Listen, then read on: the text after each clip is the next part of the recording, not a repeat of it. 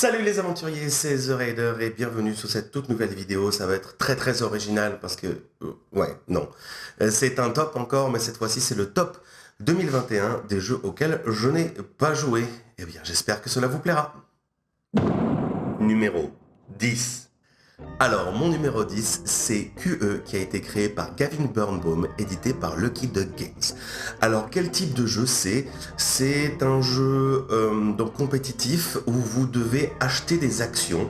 Donc, ce sont des enchères où vous pouvez définir le prix comme vous voulez. Et chaque action en fait vient d'un pays différent et vous donnera des bonus en fonction bien, des pays auxquels vous êtes rattaché. Si vous êtes la Chine, les États-Unis, je crois qu'il y a la France, je sais plus trop quoi exactement. Je n'ai fait que voir une partie sur internet de ça, ça me semble très sympa. Il y a des parties où les actions coûteront 10 dollars et d'autres où elles coûteront 10 millions. Ça se joue vite. Le seul défaut à mon avis c'est que la boîte donne l'impression d'un jeu beaucoup plus compliqué qu'il ne l'est alors que c'est pas loin du jeu d'ambiance. Mais en tout cas, je recommande de jeter un coup d'œil à QE. Numéro 9. Mon numéro 9, c'est Mystic Vale. Mystic Vale, c'est par John Declair et édité par Silex. C'est un jeu très particulier, qui est assez clivant, tout le monde ne l'aime pas. C'est un jeu où vous allez, comment dire, customiser les cartes. C'est-à-dire que vous avez des cartes et au fur et à mesure, vous avez des éléments transparents que vous allez pouvoir rajouter sur les cartes pour les rendre meilleures. C'est ça le cœur du jeu. Après, c'est un jeu sur un plateau, etc. Mais c'est ça le cœur du jeu, c'est la modification des cartes. J'ai eu des avis vraiment très extrêmes, soit je trouve ça absolument nul, je n'aime pas du tout ces mécaniques, et d'autres, oh j'adore le fait de pouvoir améliorer toutes ces cartes. Donc je suis assez curieux de pouvoir le tester. Je ne sais pas comment et quand je vais le tester, mais si c'est le cas, je vous dirai ce que j'en pense. Le numéro 9, c'est Mystic Vale. Numéro 8.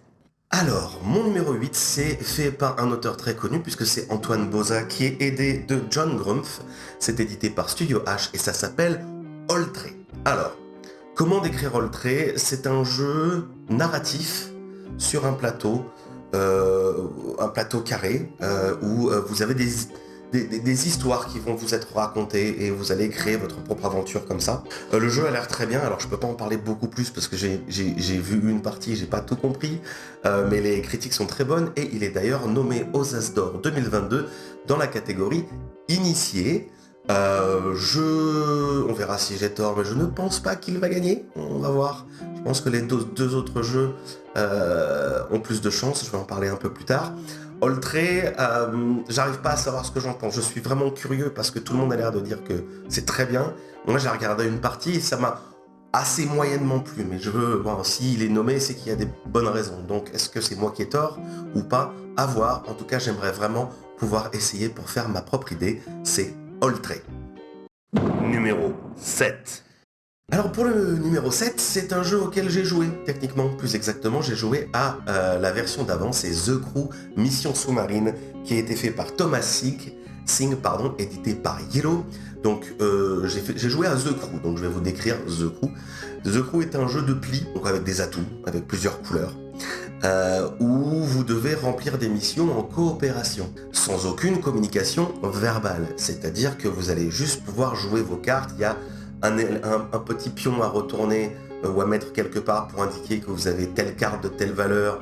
Les cartes vont de 1 à 8 si je me souviens bien, peut-être 9, je sais plus. Voir si vous allez pouvoir prendre le pli, chacun une mission. Et en fait, vous avez un livret de 50 missions qui sont de plus en plus difficiles. Le jeu, le premier, avait un souci, c'est-à-dire qu'à 5, il était presque impossible. C'est beaucoup trop dur. À 3, il était raisonnablement facile et à 4, c'était la bonne difficulté. C'est-à-dire qu'il était difficile mais faisable. Avec des amis, nous avons réussi à avancer quand même jusqu'à la 20e mission, je crois, peut-être un peu plus. Nous n'y sommes pas revenus, mais j'espère pouvoir y rejouer bientôt parce que c'est quelque chose qui me plaît énormément. La version The Crew Mission Sous-Marine, donc c'est 50 nouvelles missions, il y a quelques mécaniques qui corrigent, si je ne dis pas de bêtises, surtout la version A5 qui devient plus accessible. Il n'y a aucun doute que ce jeu est excellent. C'était déjà une révélation il y a 2 ans, je crois. C'est un jeu qu'il faut jouer avec des gens avec qui vous êtes sur la même longueur d'onde, puisqu'il n'y a pas de communication verbale, et la moindre carte mal jouée peut faire échouer la mission. Mais il y a une tension, il y a des rires, il y a de la frustration, mais on a envie de recommencer, et de rejouer, et de rejouer. Quelqu'un que je connais, ils ont fait les 50 missions à 3 en un week-end, se sont pas arrêtés. C'est un jeu fascinant, The Crew, et The Crew Mission Sous-Marine est a priori encore mieux, je vous le recommande évidemment. Numéro 6. Mon numéro 6 vient d'arriver sur BGA, il est aussi nommé aux As d'Or 2022 dans la catégorie Initié et j'aimerais le voir gagner, c'est Living Forest de Ask Christiansen, édité par Ludonote. Alors ce jeu est assez dur à décrire, parce qu'il multiplie les types de jeux. Donc c'est un jeu de deck building, c'est-à-dire vous améliorez votre jeu, mais vous avez aussi des objectifs à prendre un petit peu à la Splendor pour ceux qui connaissent, en ayant certaines ressources. Il y a une gestion d'un plateau latéral où il y a du feu, où vous pouvez récupérer des points, mais aussi qui peut vous poser des problèmes. Et ben, vous avez un pion sur un plateau. Bref, c'est un jeu qui multiplie les mécaniques, et on pourrait se dire, ah ouais, mais ça devient très très compliqué ou très lourd, et en fait, pas du tout. Le jeu est vraiment... le jeu est vraiment très bon. Alors je vais y jouer au moment où je tourne cette vidéo. Je vais probablement y jouer dans la journée parce que je viens de découvrir aujourd'hui qu'il est sur BGA. Mais techniquement je n'y ai pas joué en 2021 et je n'y ai toujours pas joué. Living Forest, ça pourrait devenir un de mes gros jeux. J'ai très hâte de voir ça. De le partager avec mes amis et éventuellement de le partager avec vous si j'en ai l'occasion. Living Forest, moi je pense qu'il va gagner sa catégorie à l'As d'Or. Numéro 5.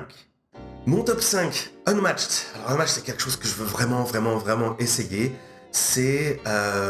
donc attendez que je relise. C'est créé par Rob Davio, Justin D. Jacobson, J.R. Honeycutt, édité par Restoration Games.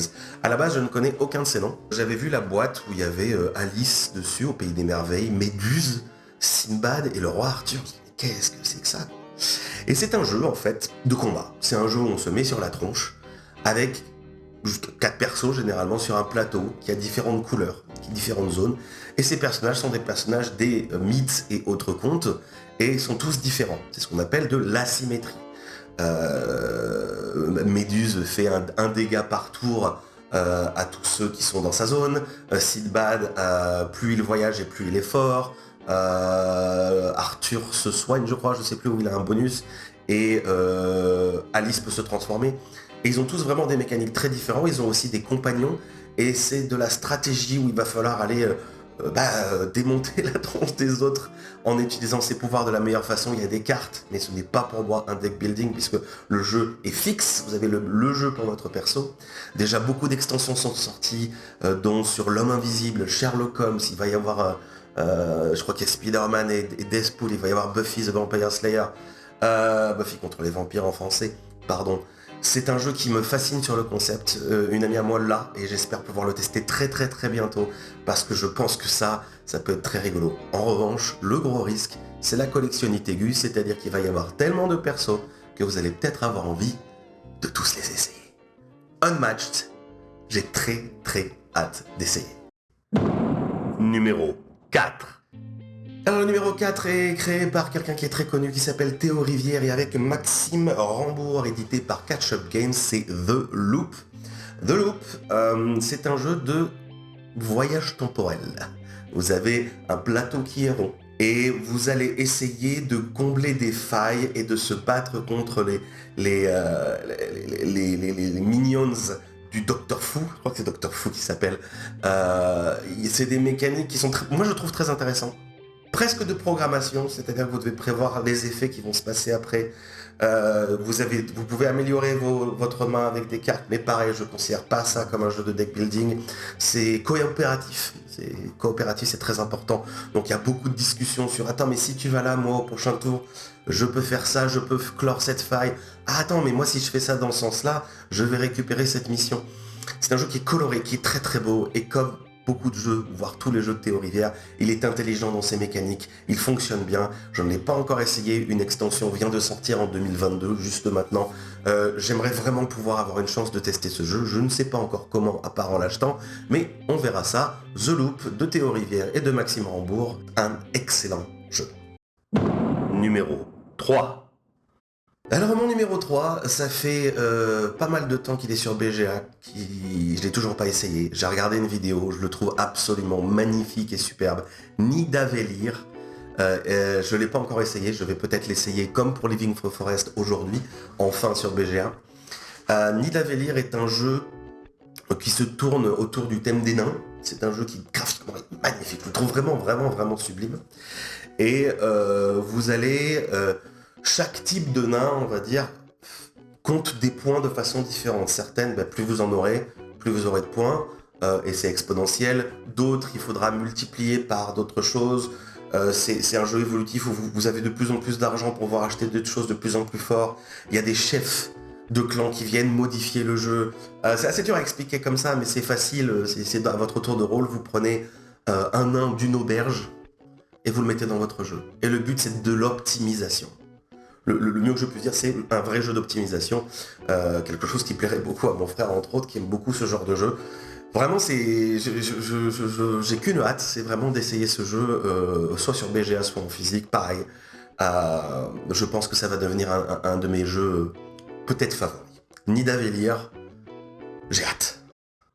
Numéro 2.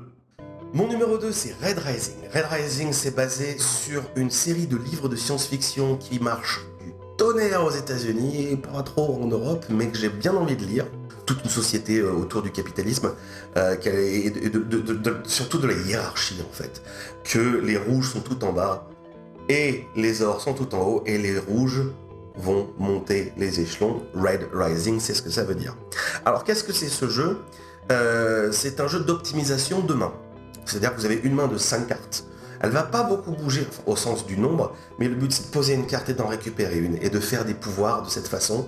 Vous avez une piste qui vous permet d'augmenter votre voyage, je sais plus comment ça s'appelle, c'est bleu, il y a la politique, et il y a le rouge qui est l'hélium, qui est la monnaie du jeu. Et une fois qu'une personne a réalisé 2 de ses objectifs, ou que 3 personnes ont réalisé un de ses objectifs, la partie s'arrête. Et dans votre main, en fait, c'est des cartes qui se croisent dans tout le jeu. Vous allez devoir chercher des combos. Des combos, c'est peut-être si vous avez ce perso et ce perso dans la main, alors vous marquez 60 points. Sinon, vous marquez moins 20 points. Le but est vraiment d'arriver au bout en optimisant petit à petit, en essayant de récupérer les cartes qu'il vous faut exactement. Il y a un exemplaire de chaque carte. Il y a des moyens de contourner. Alors, il y en a qui ont détesté, il y en a qui ont adoré, c'est assez compliqué. Le problème de ce jeu, c'est qu'il y a eu des gros problèmes de production, et il est introuvable. C'est impossible pour l'instant. On espère en mars qu'il sera réédité, et si c'est le cas, je le prendrai très vite. Mais pour l'instant, on peut y jouer nulle part, donc je n'ai plus qu'à prendre mon mal en patience, et j'attends Red Rising de pied ferme. Numéro 1. Enfin, mon top 1, vous devez vous en douter si vous avez regardé la première vidéo, c'est le jeu qui, à mon avis, va gagner la catégorie expert à l'As d'Or 2022, c'est Dune Imperium. Dune Imperium, c'est Paul Denen qui a fait Clank, qui est un de mes jeux préférés de tous les temps. C'est édité par encore Lucky Duck Games, qui sont très présents en ce moment, ça fait vraiment plaisir ce qu'ils font. C'est un jeu de gestion, de ressources, de gestion d'influence politique. Il y a des interactions entre les personnages. C'est de construire une stratégie à multiples facettes. C'est un jeu qui est de licence, c'est-à-dire que vous avez tous les persos du film Dune. Les jeux à licence sont souvent assez mauvais. Là, il y a une tendance qui a changé ces temps-ci, entre autres avec celui-ci. Et c'est un jeu dont tout le monde parle en fait. C'est un jeu qui tous ceux qui ont essayé ont adoré. J'ai parlé de Narak dans ma première vidéo. Il y a vraiment un camp Narak et un camp Dune, et le camp Dune est quand même beaucoup plus présent. Je n'y ai pas encore joué, mais ça peut devenir complètement une de mes références et un des jeux auxquels je vais énormément jouer avec, avec beaucoup de gens différents. C'est un jeu qui est expert, hein, c'est un jeu qui est raisonnablement complexe, vous ne pouvez pas y jouer avec tout le monde. Il n'est pas hyper long non plus, mais il y a beaucoup de mécaniques à prendre en compte, beaucoup de subtilités. Vous vous en doutez, extrêmement hâte de l'avoir en main. J'espère d'ici quelques semaines, puisqu'il devrait être réédité au cours de ce mois de février.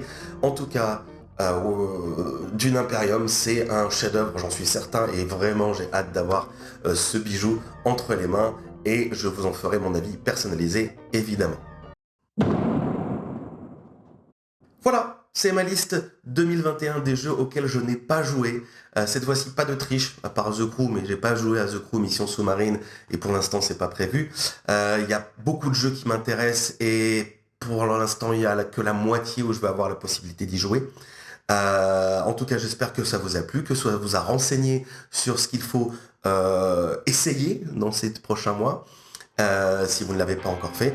Et je vous dis à bientôt pour la prochaine vidéo. Maintenant, c'est à vous. À l'aventure.